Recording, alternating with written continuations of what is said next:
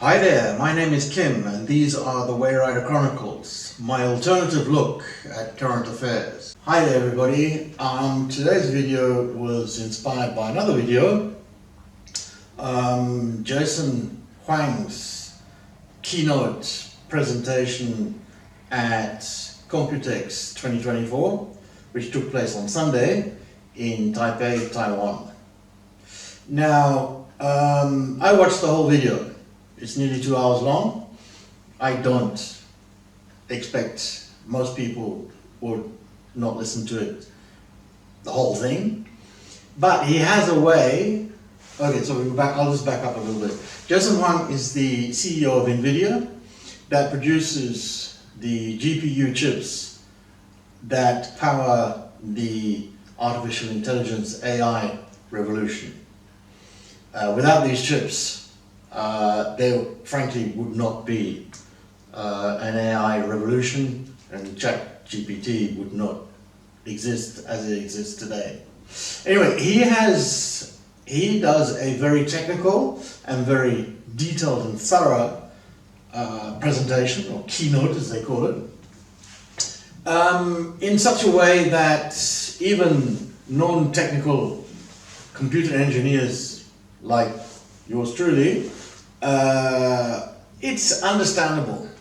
It's very understandable. So anybody who's really interested in AI and the phenomenon which is NVIDIA and their GPUs, it's well worth listening to this, plus his other keynotes that he has done. I've watched, I think it's the third one I've watched, and they're fascinating.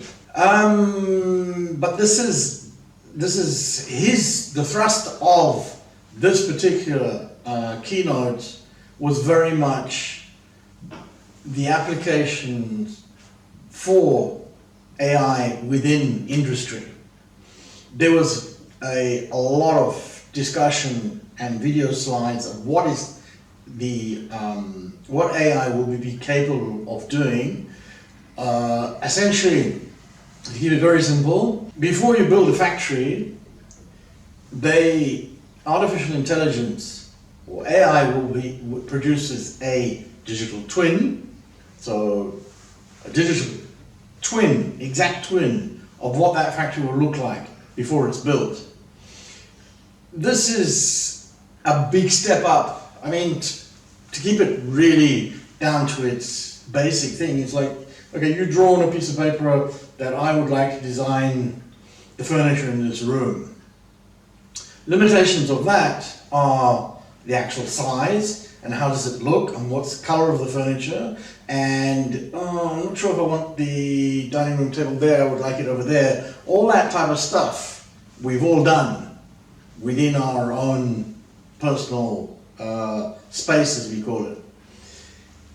Imagine that you've got to do this at a huge factory level, and becomes very complicated. And it used to be all done on drawing boards and draftsmen and on pieces of paper and etc. to make sure that, and mistakes were made. We all know mistakes were made. Oh my God, they shouldn't have put the walkway up there, they should have been over there, and that type of stuff.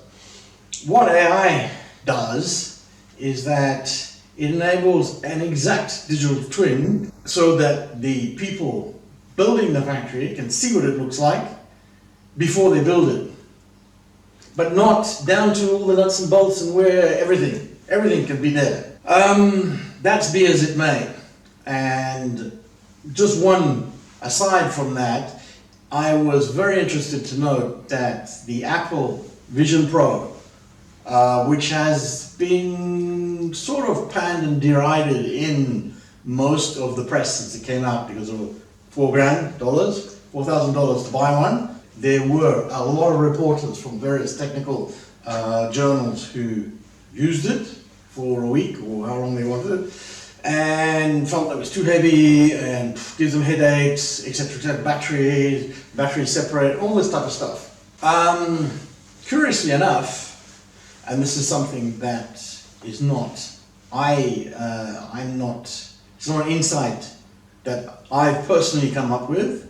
A financial news commentator called James Cramer from CNBC well known to a lot of people in the financial markets, has been hammering on about this for ever since it came out, that the Vision Pro, the Apple Vision Pro is used, will be used, or is being used as a means to visualize these digital twin factories. Anyway, that's an aside point. What I felt was, and I did a prior video about this, that the issue with AI for us is that we are limited by the screen and the voice. And there has been, as I said in a prior video, I think that it would be quite difficult for us to get over that, they call it uncanny valley, uncanny, that voice that is coming from somewhere and we don't know who it is and all the rest of it, to enable us to properly interact with an AI entity. I'm talking here about Google, Alexa, and Apple voice chats that were used but are not being used. And I suddenly thought, okay, the way that this AI, the capabilities that Jason Huang from NVIDIA was showing in this keynote presentation on Sunday, I thought, why don't we have, for us, an AI hologram? Holograms have been something out there in science fiction for a long time.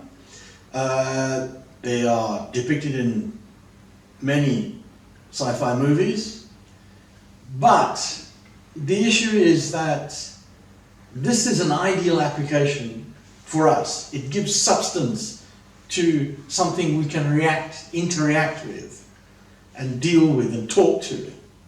And it can be anything. It can be a monkey if you want. It can be really, can be male, female, it can be anything. If you like talking to an elephant, you can have an elephant.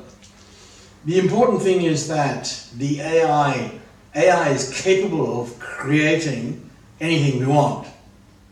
So if we create something that we are happy with, some company, I don't know who, comes up with a little box, a little gizmo, which is essentially a projector to show this technique. I do not doubt that from a technical point of view, it's very easy, not easy, but they are capable of doing it.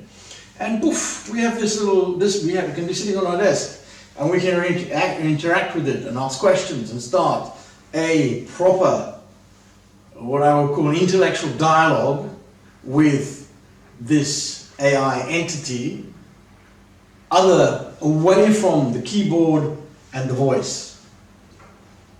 Something to think about. See you guys.